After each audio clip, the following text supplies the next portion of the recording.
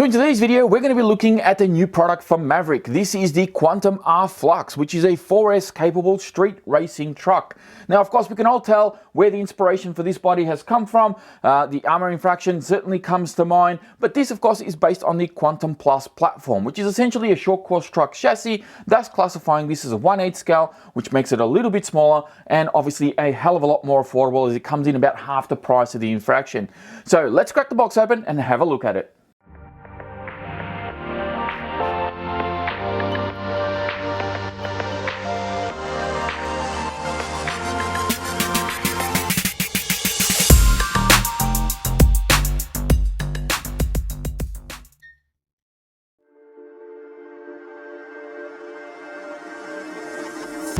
As always, we'll go through what it is you actually get when you unbox one of these. As you can see, you get the truck fully assembled and ready to go. You get your radio over here, and you get a bag with manuals and a couple of accessories. Now, the two things that are actually in this bag is the antenna tube for you to install in the car, and there's this little accessory which is kind of like a supercharger, so you can actually change the look of the front of the car.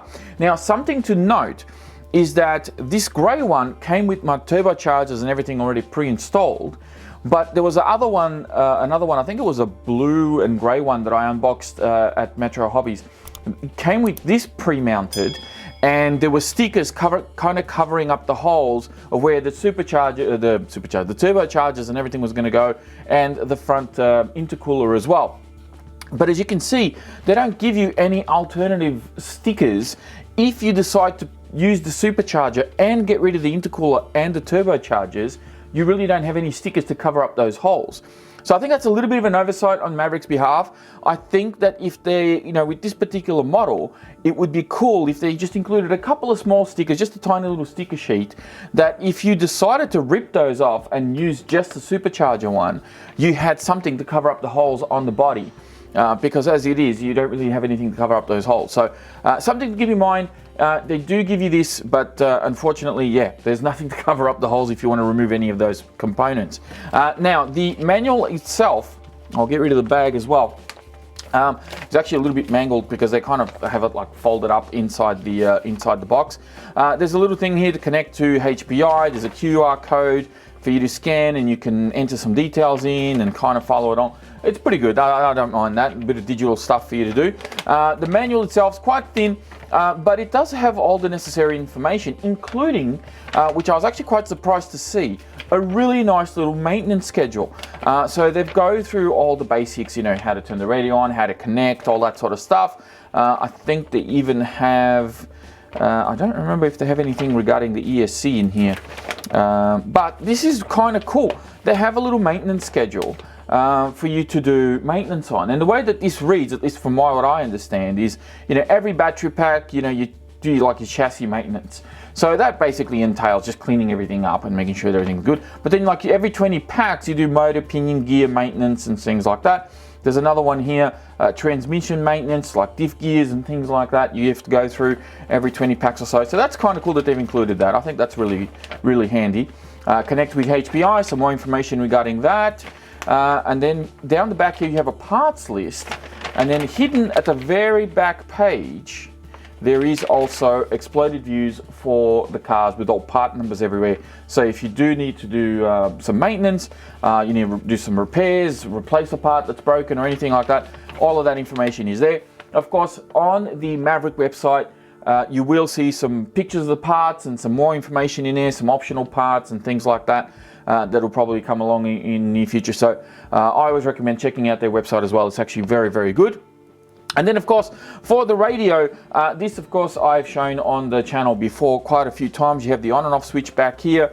You have your trim switches. You got a steering dual rate over here. And then there's a button that I haven't mentioned before. There's a button hidden under here. And a few people have asked me this in the comments, what does this button do? Well, this is a 3-channel radio. This is basically a 3-channel switch, but it's not really connected to anything. So at the moment, this button is kind of not being used. That's really all that button in the back there does. When you open up this flipper door here, you will see that there's a bind button, which you probably won't need to do because this should already be pre-bound to the car. And you have your throttle EPAs here. So One is for forward, one is for reverse. This allows you to turn down the top speed of the vehicle. And then of course you got your reverse switches up here in case you replace the speed controller or a steering servo and you know the channel's actually reversed. You can flick that switch to change the polarity of the channel. And then of course the ever awesome little peel that we get when we get a new radio. That's always cool. Of course, this runs on 4 AA's, which are not included. And that is it as far as everything is that you get included with the truck. Note that there are no tools, no batteries, no charger.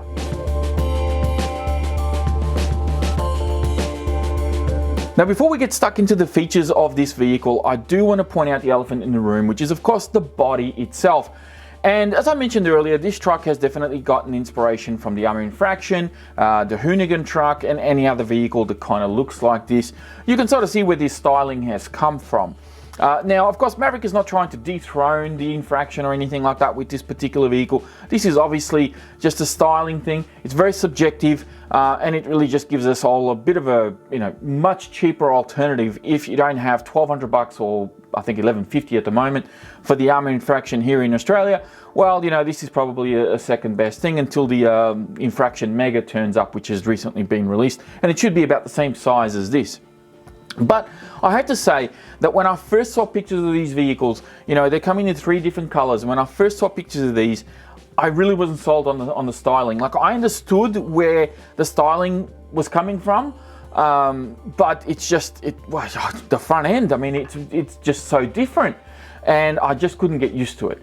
And even after I unboxed one of the colored trucks at the shop, I still wasn't sold on it. I was like, oh, I'm not sure about this. Like, I understand, you know, like I like the fact that it's got these accessories and everything, and it comes with belted tires even.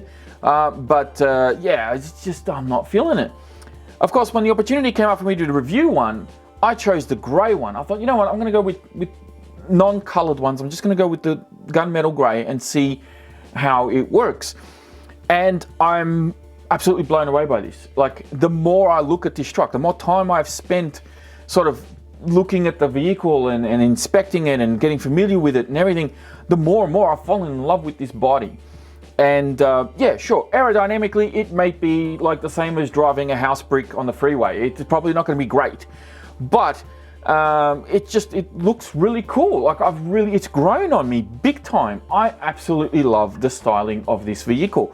And yeah, you know, whether you're going to agree with me or not, that's irrelevant. It's a very subjective thing. But I just wanted to get that out of the way, that I really like this body now, especially in this gunmetal color. The other colors are a little bit loud for my taste, but they still work. There's no wrong with that. But yeah, the gunmetal just really did it for me. I'm really impressed with the way that this has turned out. So with that out of the way, let's answer some questions regarding this. Number one, I know everyone's going to be asking me this, you know, can you swap out the wheels and tires for the Hoons, for example, or some other belted tire, you know, once these wear out or something like that? And the answer is yes, you can. This is running 17mm hex hubs as standard, as you'll find in any 8-scale vehicle. So you can run the Hoons in here. You can run GRPs in here as well. I even tried a set of Louise tires as well. The only thing you need to keep in mind is that these particular wheels are a little bit proprietary. They're a little bit smaller than your typical 8-scale wheel and tire that you'd find on those vehicles. So you're going to fill out the wheel arches a little bit. You may even end up ending up having to trim some of these wheel arches just to give you a little bit more clearance. So I found that the GRPs with the grey wheels actually looked the best with this particular body. And size-wise, because they're just slightly smaller than the Armour Hoons, they just fit in here a little bit nicer. The second ones that I liked were the Louise. I think they suited this particular style of vehicle quite well. The Hoons kind of looked a little bit oversized. I mean, they're probably the better tires out of all of them. Whatever, that's irrelevant. But just in looks wise, I think the Hoons kind of looked a little bit too big for this vehicle. I think the GRP's kind of worked a bit better because you have the bigger wheel and the lower profile tire, I think is where the difference is. And looks wise, yeah, it just worked for me a bit better. So that kind of answers those questions regarding that. Size wise, this is 1/8 scale. This is basically a short course truck chassis. So you could probably use, you know, like the Proline drag bodies. If you want to put one of those on here and modify the body post and get things to fit, you might be able to do something like that with this, because it is the same wheelbase as your typical short course truck. As I said, the Quantum Plus is actually a short course chassis, so this is no different as far as wheelbase goes. Now the features of this body, of course, you have these intercoolers on the front here, you've got the turbochargers there, you've got actual mirrors on here, so this is not like a sticker or anything, it's an actual mirror, which is really cool. I really like that. The roll cage is a little bit flimsy. It's not as sturdy as you'd find on the Infraction or anything like that, but considering the price point and you know, it's totally forgivable. I don't have an issue with the roll cage. I would have liked to have seen maybe a little bit of a roof skid on here. I think that would have worked, rather than these little kind of I don't know, these little bulges on the actual mold of the body. But yeah, that's fine. Again, considering the price point, you could probably even 3D print something and put on here. You can pinch one from one of the armors or something like that and fit it here. There's always that option. And then of course you've got the rear of the truck. Now the spoiler is actually bolted on. You can see the little screws there, but you can't really cut the spoiler. I mean, it's nothing that you can't do. You can probably cut it, but it's not really designed to be cut. And then you have the rear diffuser on here, which has this great big cutout underneath it, which is great for picking up the truck. Like when you're transporting this, you can just pick the truck up so easy. Actually, all 4 fingers will fit in there quite easily. So yeah, that's no problem at all. But I think aerodynamically, I don't think this cutout's going to be all that great for the truck. The front splitter, as you can see here, it's actually got a bit of a gap on the front here, which is kind of hard to see because the body's still on. So, but you can actually see through this gap a little bit. And you can see that that's obviously the Quantum Plus chassis all the way through. So that is the body there in a nutshell. Let's remove it and have a look underneath the actual body at both the truck and the body itself. I'll quickly remove these body pins and I'll show you underneath just so you can see it. So it's all nicely finished. Everything's kind of bolted on. The only thing that has body pins is the mirrors. So they've got some body pins there, but there's no O-rings. So they've got a little bit of movement, but not a great deal. But then again, this isn't going to be an off-road vehicle, so I don't foresee these mirrors being so much of an issue. And then you can see all the bolts, nuts and bolts that go all the way there, holding everything in place. The body itself actually feels quite nice. Has, you know, with all these angles and everything, it kind of feels kind of rigid as well. So I think it's going to do well overall. Now for the car itself. So you can see how that looks just there. It's basically the Quantum Plus chassis, but of course we are running a 4S system, which is 120 AMP-SC and a 3674 2050 kV motor with the heatsink on there. We're running Mod 1 gears. It does have a metal pinion but a plastic spur, which is fine. I think a plastic spur is going to work fine in here. This is an on-road vehicle, not off-road, so I don't foresee too much debris getting in your gears there and creating much of an issue. We have these massive shocks, or they look massive, but we'll talk about those in a second. We have big shocks here. Here's your front splitter, which looks quite nice, and you can probably see that little gap that I was talking about just there. Adjustable body posts all the way around. There's our belted tires, which actually feel kind of grippy and everything, so they actually do feel quite nice. And I'll tell you what, to see belted tires on a product like this at this price point is pretty amazing. So good on Maverick for including belted tires. I honestly didn't think that they were belted until I read what's on the box. I didn't think that these were actually belted. I thought, nah, there's no way these will be belted tires on a car at this price. But yeah, big brownie points there for Maverick. Very, very cool. Adjustable body post at the back as well. They got a bit of flex to them, which isn't a terrible thing. Now, essentially, I mean, in a nutshell, this is your Quantum Plus in here, and then your front and rear is the only thing that's really changed. The A-arms are different on this as well, so they've got beefier A-arms on this vehicle, which I'm kind of hoping is a bit of a of what's to come, maybe in the Quantum Plus range, or the Quantum in general, because these are the Quantum arms, right? And the biggest issues that they had, this is a Series 1 arm, the Series 2 is a little bit different on the end here, but the biggest issue that Maverick had was that the arms were just split just there, right? So you can see how it's split there. And one of the problems is that there just isn't enough here to really create enough strength, and they've changed that on these arms. You might see it, you might not, because it's kind of hard to tell, but you can see here at the back and in the front they're a little bit thicker. So on the original ones they actually use like a bit of a spacer in there to kind of fill in a bit of a gap, but in this one it looks like they've changed them and they've actually made these a little bit chunkier here.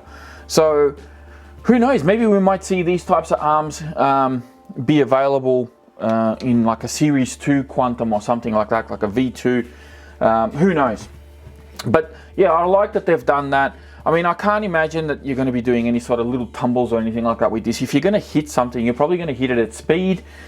So regardless of what they do with the arms here, they're probably going to end up snapping, which is unfortunate, but that's the reality of it. I mean, these cars, if it's anything to go by, like the Quantum Plus, I think I was getting 70 k's an hour, somewhere around there. The standard Quantum, I got 75, so you're going to be somewhere around in that ballpark.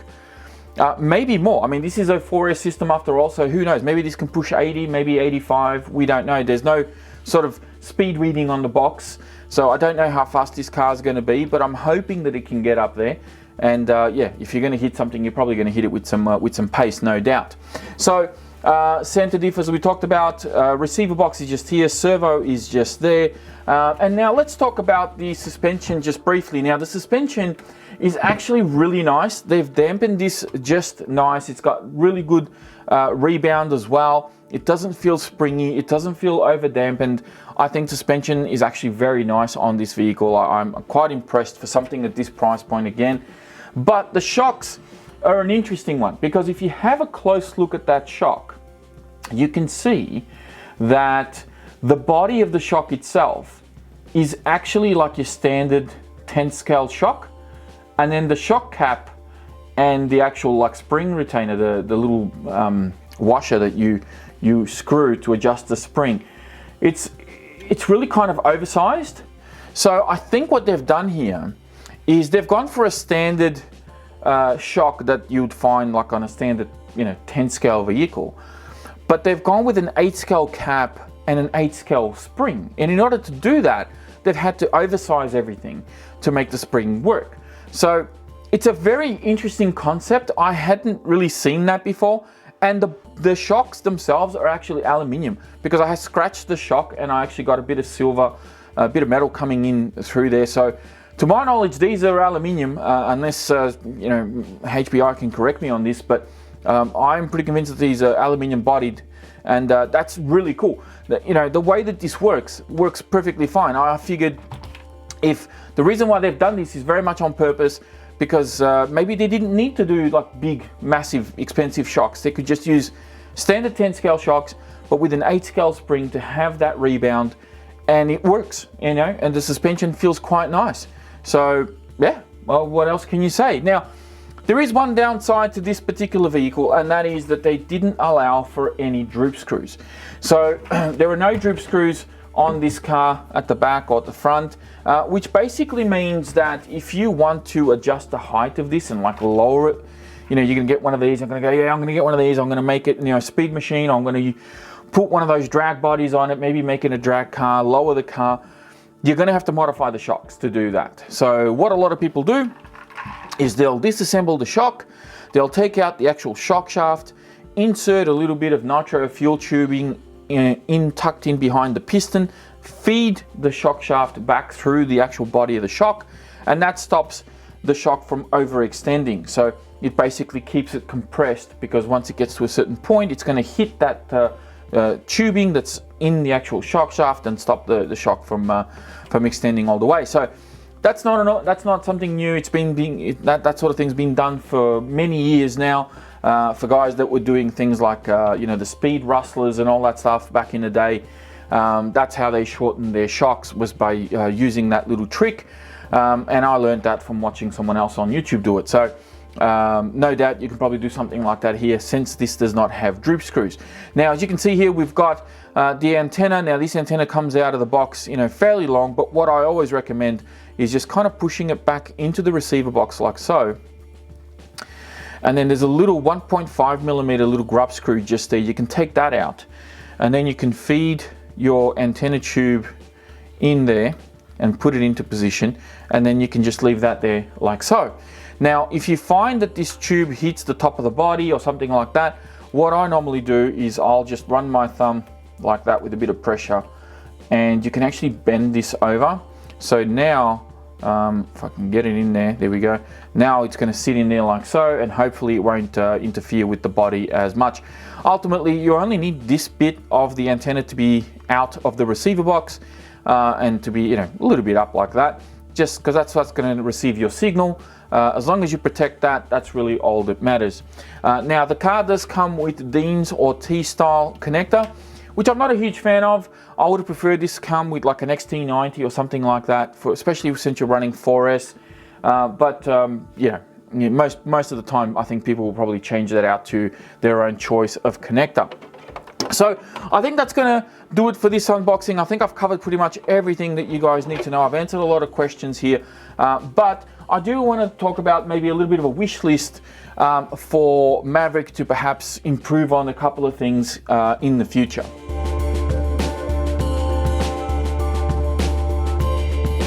Now, for my wish list, I've come up with about half a dozen items that I think could either be included with the truck when you get it, or perhaps Maverick could make those as optional extras that you can pick up later on.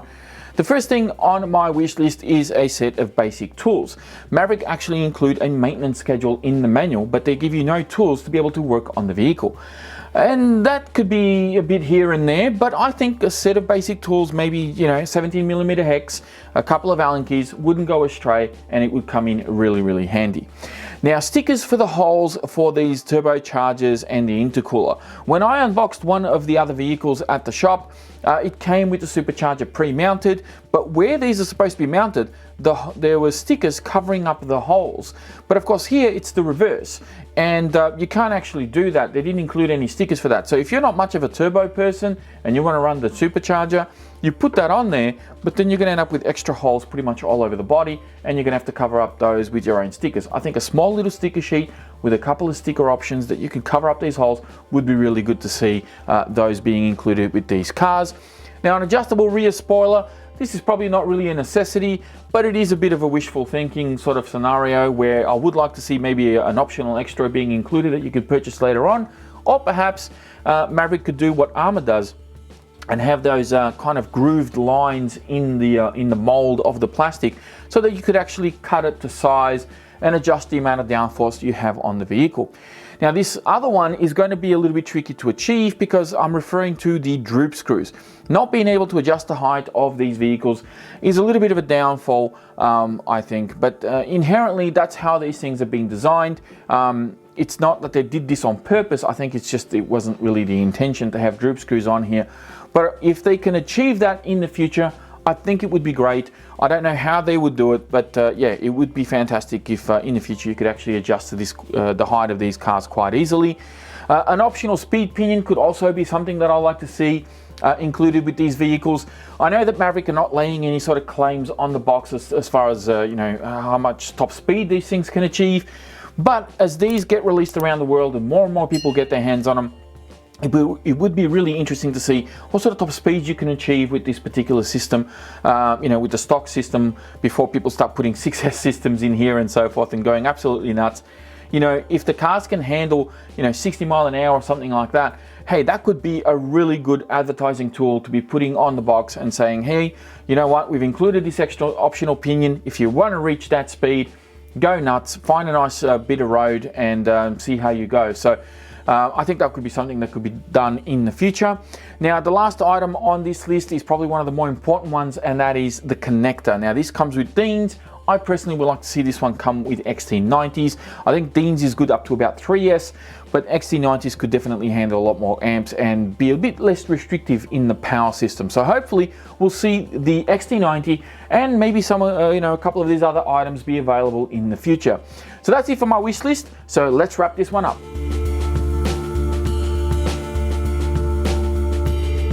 So that pretty much wraps up this unboxing. If you are one of the few people that are still here watching this at the end, be sure to hit that thumbs up button before you go. Don't forget to subscribe to the channel if you're new. And as always, check out the video description down below where I have links in there to the Maverick website, as well as where you can get one of these here in Australia. That is it from me. Thank you for watching, and I'll speak to you all next time.